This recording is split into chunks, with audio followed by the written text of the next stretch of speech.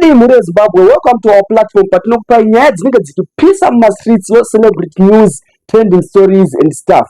Asi tisingakupedzerei nguva, nhasi nyaya yandinayo yekutanga inyaya yababa vakanga vachitrenda on social media ndofunga for the past week right now. But baba ava vari kunzi ivo iko zvino vanenge vava kuvhiringika njere, vari kunzi vakawanikwa vaba foni panhamo pavainge vashanya kunhamo kwemwana wavo kuChinhoi. Iko zvino kutaura kuno kwatiri kuita nemi, baba ava vari kunzi vari mujeri, vakasungwa vari mukastodi yemapurisa. Asi tichitarisa nyaya yavo tichifereveta tichivheneka, vari kunzi vakapedzisira kuonana naRoyal Media anova iye social media influencer.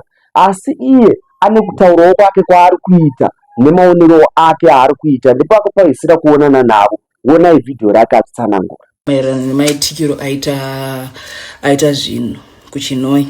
Ndavafonera vasati vaditenwa, ndikataura navo, havana kunyatsonditsanangurira. Pandazokumbira kutaura nemupurisa akandipawo version yenyaya yake, but version yenyaya yezvaitika rather. But chandinonyatsonzwisisa izvezvi chandogona kungotaura ndechekuti zviri zvekuti vanoba foni rinongova drama, rinotongova drama. Havangatombobe foni, asi munhu anangatomboita drama rekutoba foni. But chandiri kuziva chandine chokwadi nacho futi ndechekuti is not okay.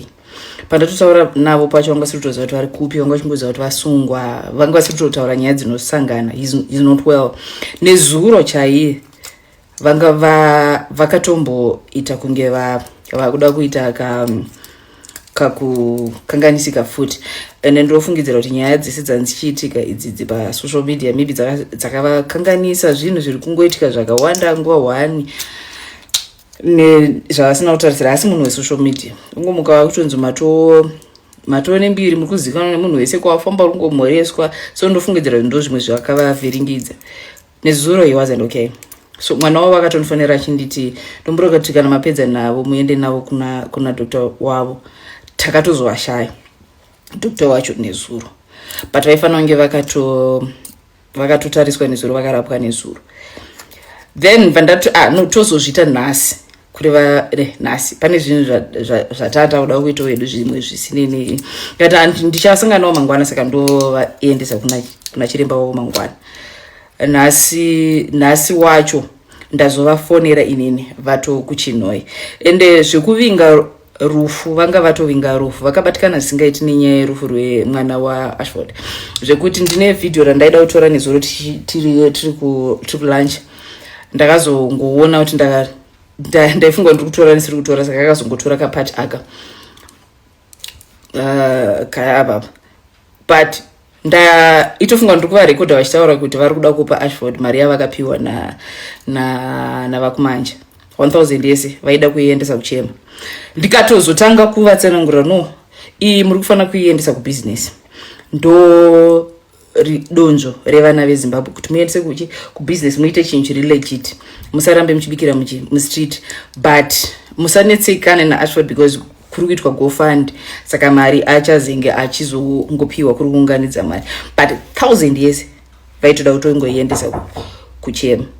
Saka hakuna munhu akadaro anoita moyo wakadaro agongoita zvekunoba foni in his right senses. Whatever drama ratoitika because he is not okay.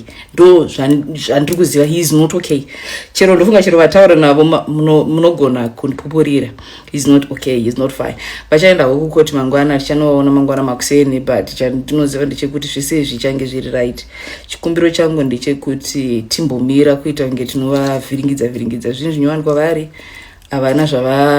Havana kutojaira kalife akaka. Saka zvekuti munhu ane zvaapfunga anongoposta zvinotovakanganisa because hasi munhu wesocial media. And kune vamwe vane nhamba dzavo ringo vachingotumira mascreenshots vachivaita sezviri kuvakanganisa. Saka kana tisina zvekutaura zvakanaka, ngatingosiyana nekutaura kwacho, timbozama kuchengetedza utano hwenjere dzavo.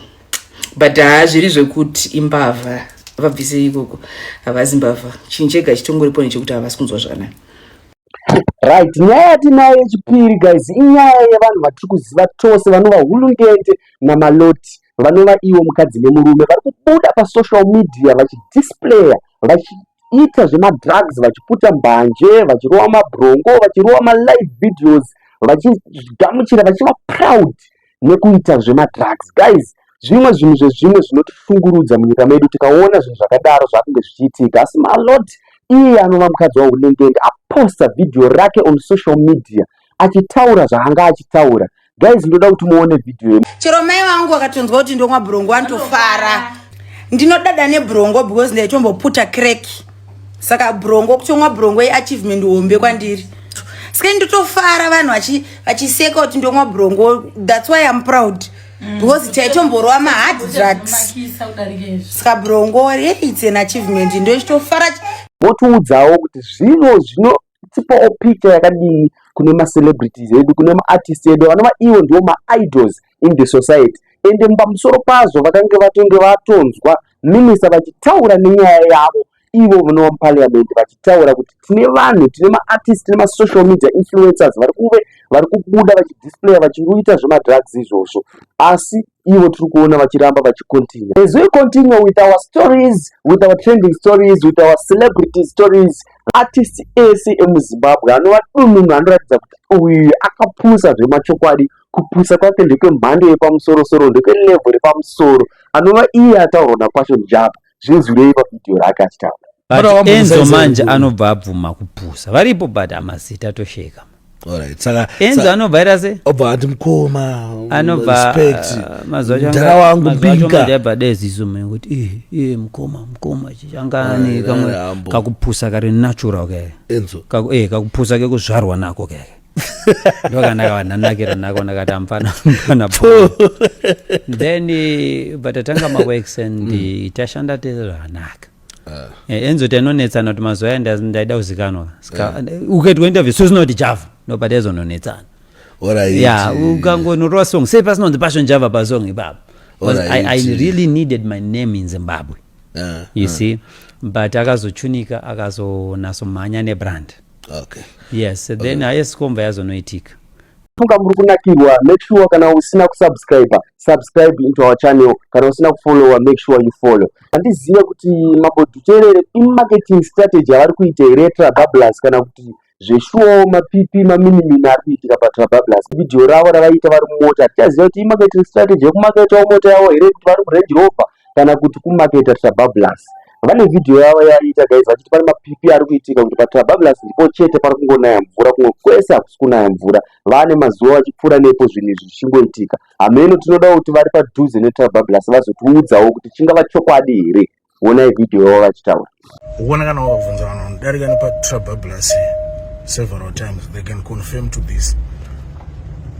Nguva yakawanda paTrabablas pega unopasvikira pachinaya mvura pairi kutangira nepainonoperera kumwe kwese kwauri kubva kunenge kusina mvura inge chinaya ipapo paTrabablas several times zvokuti apa ndanyibva kuchitungisa nchidai kwenda kutauna pandazozvifunga kuti ndidzoke nditoreka video inenge yatimbe but you can see kuti tiri kupinda muTrabablas mvura kumashure kwese kwatabva kumvura haisi kunaya ende ikutoratidza murodhi kuti ndatodarika nepo panapa mvura ichinaya pandanosvika kwaperera Trabablas uko tawenda mutaundi ndobva ndaona yamira ende zvinhu izvozvi zvogara zvichiitika ora apa taapa Trabablas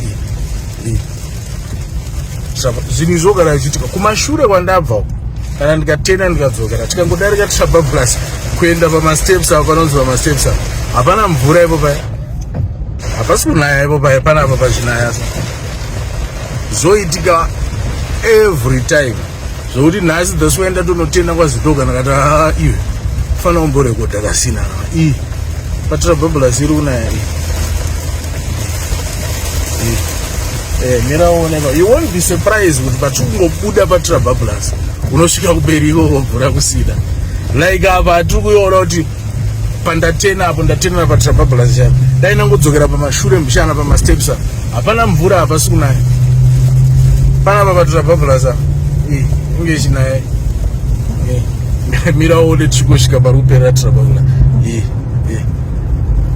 handikuiona kuno kuyatopera but pandanotena kuno kuyanga ichiri kunaya ndio urikuona yakatota pesa yanga ichiri kunaya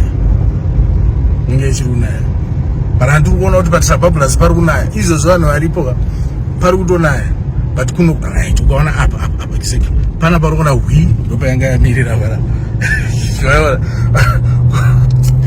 iko kwa usina mvura ubara kwa usina mvura izve rodhi ichi baba tabuda paTrababulasi rodhi rodhi kuna hakuna kana kunaya iwona izve rodhi yakumbumuka huruva kuna hakuna kana drop kunoku kuna hakuna kana drop mutara ende zvinhu izvozvi zvindazviitidesa kakawanda zvokuti kuposta vhidhiyo iri kuna vanhu vanotouya mucomment section vachitokuudza kuti hampisa kutaura chokwadi panonaya paTrababulasi chete kumwe kwese kusiri kunaya izve kwese kunonga hakuna tatomuroti kuenda kwaZimbabwe igere ndokwandadzoka ndikatenerako izvozvi takada kutena kudzokerako rosvika ipo paichinaya paTrababulasi right tiri kuenderera mberi guys nyaya dzedu hadzisadzapera nhasi tiri nyaya dzakati wandei saka tichangoti muchidimbu toenda panyaya yedu imwe yatinayo muzuva ranhasi pavhidhiyo redu guys nyaya yatinayo right now inyaya yemaartist asi ndisangaenda ikoko ndoda kumbodzokera pana producer wedu Levels anova iye vakamboclaima kumashure uko vachiti ndivo vakatanga neyetinoti iyo zimdanso asi zvikange zvakonzeresa zhowe pane mamwe maartist vakatanga kumashure asi toda kuti munhu iye achizvitaurira ega nedefense yake kuti sei vachidaro munguva nenguva onai vhidhiyo hanzi Dima akatanga zimdanso tisatanga zimdanso but ana Wingy D neteam rinenge renguva yana Wingy D team hobo rinenge idedzera yasanzi zimdanso baba yainzishi baba Wingy itorwa danso chacha imwe yawo yatorwa yekujoma kuzotanga zimdanso yawo artist azoitanga. What was the turning point azosvika takugadzira maridhim angane Zimbabwean flavor kwacheka Wingy aitorwa masong akafanana ndazovaona vane godo ridhim iro rinonzi Silver Screen it's from Jamaica ayo Silver Screen yes no way nati okay but Silver Screen Wingy atopinda atwanga maridhim akati yayo but saka iye yanga iri dhanso saka kuti tizoya nechitemu chizimdanso tisu manje azopinda nechangu chidafudafu mbona zvakaita impact ipi manje music zvakachinja ndopasimuka mawitsi akawanda because okay pepa tinzonzi tatina Wingy andika and mumwe ndatinaye futi like munhu ataiti kuti uyu akutorova zvekutorova tatina Wingy tatina Sniper tatina futi Freeman akabauya Freeman ndopakabva anopinda ipapo but angatsirobva mashure akapindira nezimdanso tatawirwa patizena nanhubu iyo Freeman ato included makazenyi Freeman anto include ndomateza ndaidzidzira tisati tapedza tiri pamaproducer ipapo guys ndofunga munongoziva kuti mumusic industry medu muna iye inonzi Simplex Music aproducer maridhim nemamwe mahit songs anova tinojaivha zuva nezuva atinonakirwa nawo zuva nezuva anova iye ari kupromisa kuti vese vanoimba vabatei panhamba dzaaisa pascreen pavhidhiyo rake achitaura kuti pane ridhim itsva tombotaurawo zvakanaka this time onaiwo vhidhiyo rake hoyo team muri sei tiripo pamuzinda wemangoma Simplex Music aiwa chichemo chakasvika uma ndakachinzwa vanya chema kuti aiwa pakuda ridhim ndakumbodawo ridhim aiwa ridhim riripo wese anoziva kuti anokwanisa kuimba paridhim batika link up chakachaya maiziya iyo ridhim Simplex Music.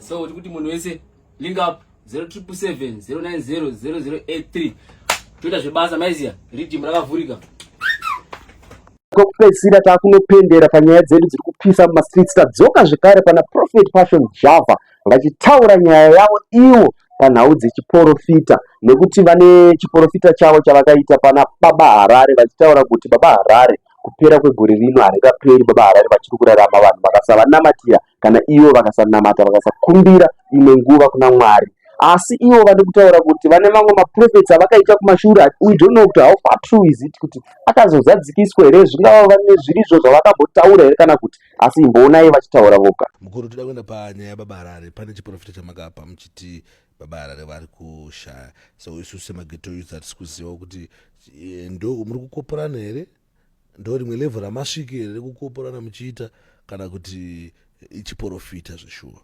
Because zvinhu zvenyu mukuru zvotinetsa kusiyanisa pamwe pacho, zvotoda ana DJ Sparks nana Zigo pane wisdom yekuunderstand. Ndosaka mchona mamwe mafanzi anzwisise katinge titese, because havana wisdom dzekunyatsa understand. Amene kugara nako chokwadi.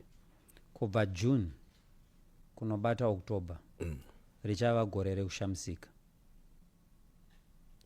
Zvinhu zvange zvingoitika swana changa chingoshamsika, because it's going to be sudden. Uchanzwa zvinhu zvanga zvisingafe zvakaitika zvichiitika from June. Politics, zvinhu zvasingaitike zvichiitika. Social life, zvasingaitike zvichiitika. Saka kuchashamsika. But mukuru kaoneka apa takutana nyaya dziri serious dzekufa kwevanhu dzamakuta dzababa Harare. Would you think I would love him kunzafa? I know hangu kuti hamuzosvike level rekuda kuti akafa uri ndozokoborana. Yeah, I know kuti hamuzvifarire hazvizoite, but toita sese ndoda kutomuudza kuti masuru haisi mari. But ndomuudza seafa. There is no way I'm going to laugh and joke nezita raJesu andife ndakarasika kusvika ipapo. Kana inini ndisingakwanise kutamba nezita ravamunangako kuzoti raMwari. Ndati mukuru toita sese ukanzwa ndati Mwari vati mukuru toita sese maZimbabweans, because ina ndichitora nyaya yandika maZimbabweans atifane kuti tine maindases akawanda uko. Prophet Passion Java vanozikanwa, Baba Harare vanozikanwa, and zvakatoitika ndika ndinenge nditori disappointed nemamen of God ari muno muZimbabwe, ndindi disappointed nemaintercessors ari muno muZimbabwe, because message yati ari vanozikanwa yemwe anozikanwa, ende maprofesi takanamatira Baba Harare vanogona kuita se kusafa. Saka ini ndakatona Baba Harare pane zvawawana, I will be disappointed zvitoda nemamen of God. No, I actually fasted for him last week. Okay. I prayed. I also sent a message to him. But I believe kunogona uri kupusa kana kuti it's pride. The way he responded to the message was just not what I was expecting. But I know kuti munhu akagamuchira Jesu andochecha. So I'm sure you'll pray, and I'm sure that God will have mercy over judgment. But I wouldn't take a prophetic word the way he took a prophetic word, especially from a prophet who is known for accuracy like me over decades of years of being accurate in my prophetic prediction. I'm talking of forth-telling and foretelling. Usatambe ne munhu anogara pachair so muna December oti February next year Tinubu ari kuwina election achavoterwa nemargin yakati ndotara nenamba zvoitika.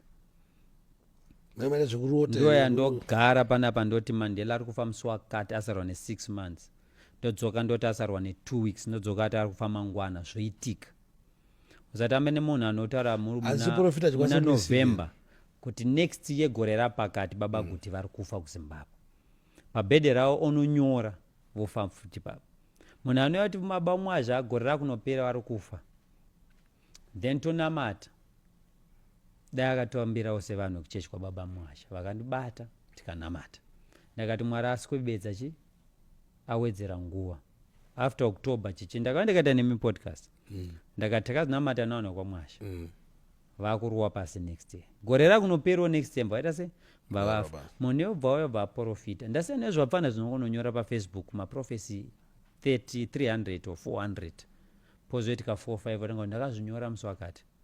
Tutara kuti profita on a record specifics of things that are to happen. Anyone again pa website prophetpassion.com akano download a book records I already told you. Naka profita the exact date raifa Oliver Mtukudzi. A year before muri muna October mbandanyora book gore rese from January to December. Zvese zvakaitika. So when I come here and akusi kukwatisa munhu uya nemukwatisa ndakada unokunomura kopo chibhakira vhiri nding ndomutswabura Rakasimba kama mukuru wangu. Mamonya matete ana balance. Kana kuti mimuri wekudhanda. Wambona makumbo ake. Ana balance. Ndakamurwa vhiri tsika musoro. But ini ndikubvunzo wangu ndekuti wala chiprofita ndika chinouya kune munhu andisingawirirani naye sei. Kuti ina ndiwirirane neme mukuruka. Then chiprofita Profesi manje irada manje. Unogona kutoprofita muvengi wako kuti we are going to make $1 million mangwana. Munhu wasingade. Because uri kupika masaisai mumweya. It's a radar. Alright. Unongo wakunonga. Well, but icho chiprofita achidiri kuti kuitewo mamwe mamen of God vanochiconfirm. Kuti hai chiprofita. Ndakagara newe pas interview. Ndakati next year igore rekungangurwa. Magaya mbauya. Akati next year pachamanywa. Prophet Angel mbauya. Wakati it's gonna be the year of the arrest. Many people are going to be arrested, including wakati kwa Harare, wakati. Mama kandiwa wakauya wakati mpinga dzese dzaita mari ndaona vanhu vachisungwa. That's confirmation.